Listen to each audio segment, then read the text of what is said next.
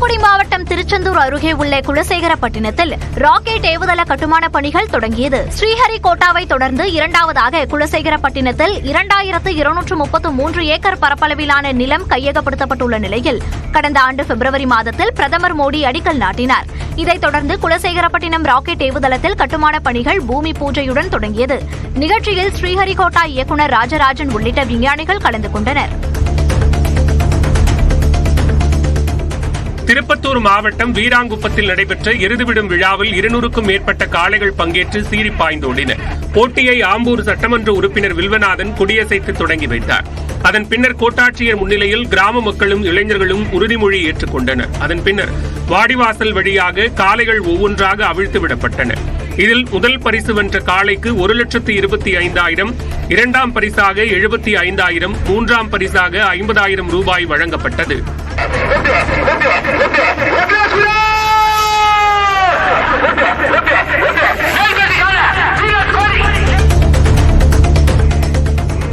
திருவண்ணாமலை மாவட்டம் ஆரணி அருகே நடைபெற்ற காளை விடும் திருவிழாவில் சிறுமி உட்பட 10 பேருக்கு காயம் ஏற்பட்டது.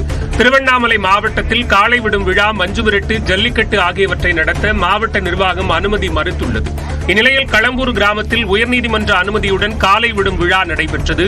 இதில் பல்வேறு மாவட்டங்களில் இருந்து வந்திருந்த 200க்கும் மேற்பட்ட காளைகள் பங்கேற்றன. சிறந்த காளைகளின் உரிமையாளர்கள் ரொக்க பரிசுகளை வென்றனர்.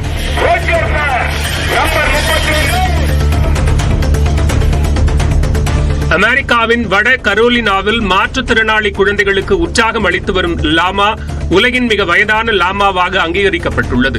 ஒட்டகம் வகையைச் சேர்ந்த இந்த விலங்கினத்திற்கு கிட்டத்தட்ட 28 வயதாகிறது. செல்ஃபி எடுப்பது, மனிதர்களை பாசத்துடன் அரவணைப்பது உள்ளிட்ட செயல்களில் ஈடுபடும் மனிதர்களை இந்த லாமாவுக்கு பிடிக்கும் என்று கூறப்படுகிறது.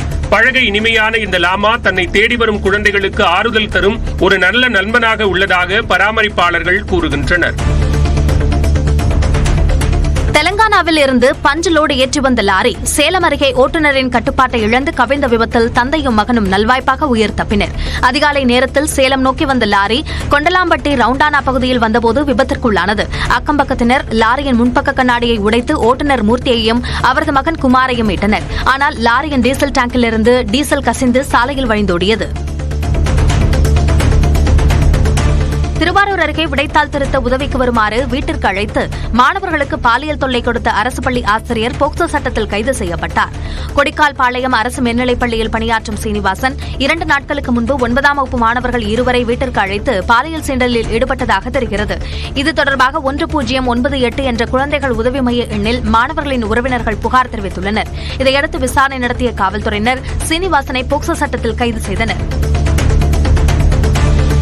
சேலம் மாவட்டம் ஏற்காடு மலைப்பாதையில் இளம்பெண் சடலமாக கண்டெடுக்கப்பட்ட வழக்கில் அவரது இன்ஸ்டாகிராம் காதலன் கைது செய்யப்பட்டார். சேலத்தில் தங்கி பணியாற்றி வந்த திருச்சி மாவட்டம் துறையூரைச் சேர்ந்த 32 வயதான லோகநாயகி 60 அடி பள்ளத்தில் சடலமாக மீட்கப்பட்டார். இதுகுறித்து விசாரணை நடத்திய காவல்துறையினர் லோகநாயகியை கொலை செய்த அவரது காதலன் அப்துல் ஹபீஸை கைது செய்தனர். மற்ற பெண்களுடன் அப்துல் ஹபீஸ் பழகியதால் ஏற்பட்ட பிரச்சனையில் கொலை நடந்தது தெரியவந்தது.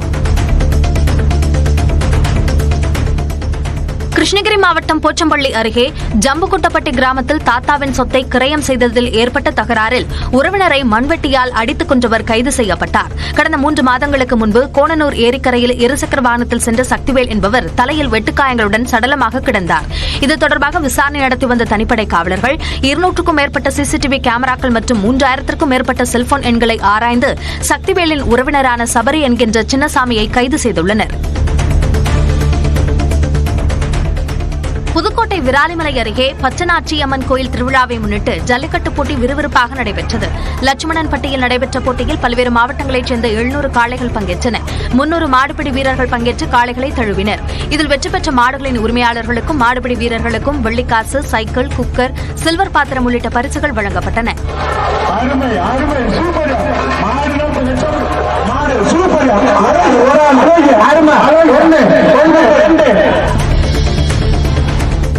அதிபர் டிரம்பிற்கு எதிர்ப்பு தெரிவிக்கும் வகையில் அமெரிக்க நாடாளுமன்றத்திற்கு ஜனநாயக கட்சியின் பெண் உறுப்பினர்கள் பிங்க் நிற உடை அணிந்து வந்தனர்.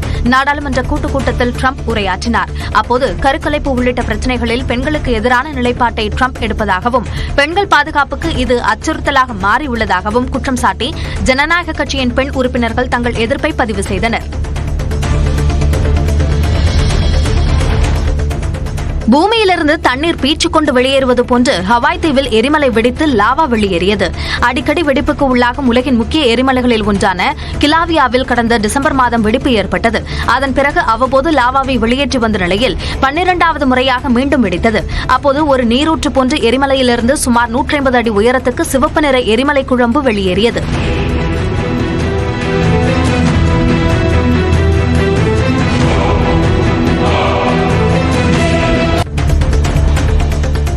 தூத்துக்குடி மாவட்டம் எட்டயபுரத்தில் தாய் மகள் கொலை வழக்கில் 2 பேரை கைது செய்த காவல்துறையினர் மேலும் சிலரை ட்ரோன் கேமரா மூலமாக தேடி வருகின்றனர். மேல் நம்பிபுரத்தைச் சேர்ந்த சீதாலட்சுமியும் அவரது மகள் ராமஜெயந்தியும் கடந்த திங்கட்கிழமை அவர்களது வீட்டில் இறந்து கிடந்தனர்.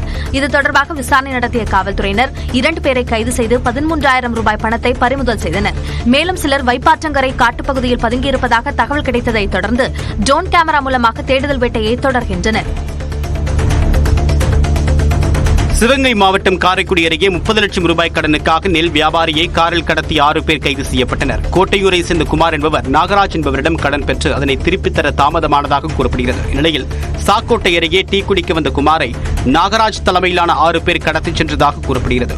அருகே இருந்தவர்கள் அளித்த தகவலின் அடிப்படையில் வந்த காவல்துறையினர் கடத்தல்காரர்களை துரத்தி பிடித்து கைது செய்ததுடன் குமாரையும் மீட்டனர்.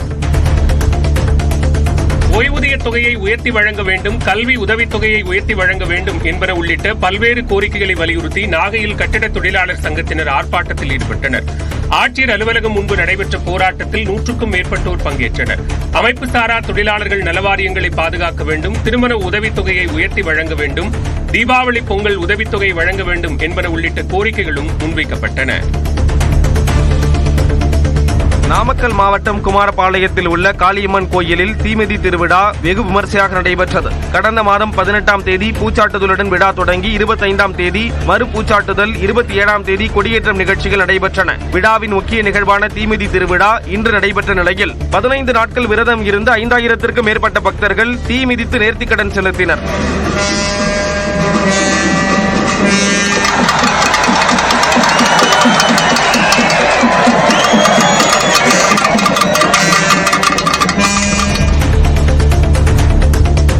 புற்றுநோயில் இருந்து மீண்ட 13 வயது சிறுவனை அமெரிக்காவின் கௌரவ ரகசிய காவல் பிரிவு அதிகாரியாக அதிபர் டொனால்டு டிரம்ப் அறிவித்துள்ளார். நாடாளுமன்ற கூட்டத்தில் டிரம்ப் உரையாற்றிய போது புற்றுநோயில் இருந்து மீண்ட டிஜே டேனியல் ஒரு போலீஸ் அதிகாரியாக வேண்டும் என்று விரும்பியதாக கூறினார். அந்த சிறுவன் இங்கு வந்துள்ளதாகவும் அவருக்கு தாம் கௌரவ பதவியை வழங்க விரும்புவதாக டிரம்ப் கூறினார். அப்போது டிஜே என்று கோஷமிட்டு குடியரசுக் கட்சியினர் ஆரவாரம் செய்தனர்.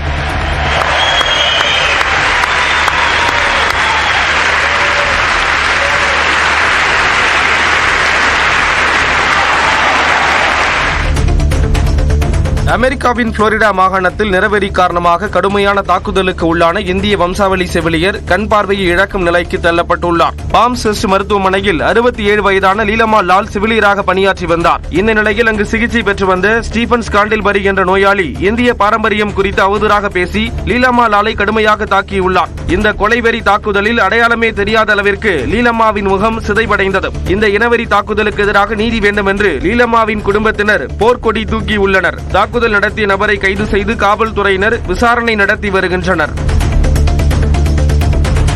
தருமபுரி மாவட்டம் பாலக்கோடு அருகே சரக்கு லாரி மீது கார் மோதிய விபத்தில் 3 பேர் உயிரிழந்தனர். ஹோசூரை சேர்ந்த முன்னாள் கவுன்சிலர் முடிகிருஷ்ணன் தனது நண்பர்கள் 4 பேருடன் ஒகேனக்கலுக்கு வந்தார். ஜிட்டாண்டா அள்ளி பிரிவு சாலை அருகே வந்தபோது இவர்களது கார் அதிவேகம் காரணமாக தடுப்புச் சுவரில் மோதி சாலையோரம் நின்றிருந்த சரக்கு லாரி மீது மோதியது. இதில் காரை ஓட்டிய முனிகிருஷ்ணன் சம்பவ இடத்திலேயே உயிரிழந்தார். மருத்துவமனையில் சிகிச்சை பலனின்றி பசவராஜ், ஸ்ரீனிவாஸ் ஆகிய இருவர் உயிரிழந்த நிலையில் இருவருக்கு தீவிர சிகிச்சை அளிக்கப்படுகிறது. நெய்வேலி என்எல்சி சுரங்கம் அமைக்க நிலம் கொடுத்த ஒப்பந்த தொழிலாளர்கள் தங்களுக்கு பணி வழங்க கோரி போராட்டத்தில் ஈடுபட்டனர். என்எல்சி மூலம் ஒப்பந்த அடிப்படையில் தனியார் நிறுவனங்களில் தொழிலாளர்கள் பணியாற்றி வருகின்றனர். இந்நிலையில் ஒரு நிறுவனத்தின் ஒப்பந்தம் வருகிற 8ஆம் தேதி முடிவடைய உள்ள நிலையில் அதனை நீட்டிக்காமல் இருப்பதாக கூறி 30 பெண் தொழிலாளர்கள் சுரங்கம் முன்பு போராட்டத்தில் ஈடுபட்டனர். வேலூர் மாவட்டம் காட்பாடியில் கிறிஸ்தவ தேவாலயத்தில் 3.5 வயது பெண் குழந்தைக்கு பாலியல் தொல்லை கொடுத்ததாக 10ஆம் வகுப்பு மாணவர் மீது வழக்கு பதிவு செய்யப்பட்டுள்ளது. காவல் நிலையம் எதிரே உள்ள கிறிஸ்தவ தேவாலயத்தில் பணியாற்றும் நபரின் குழந்தைக்கு மற்றொரு பணியாளரின் மகன் கடந்த 1ஆம் தேதி பாலியல் தொல்லை கொடுத்ததாக கூறப்படுகிறது. இது தொடர்பாக குழந்தையின் பெற்றோர் அளித்த புகாரின் பேரில் போக்சோ சட்டத்தில் வழக்கு பதிவு செய்த காவல்துறையினர் விசாரணை நடத்தி வருகின்றனர்.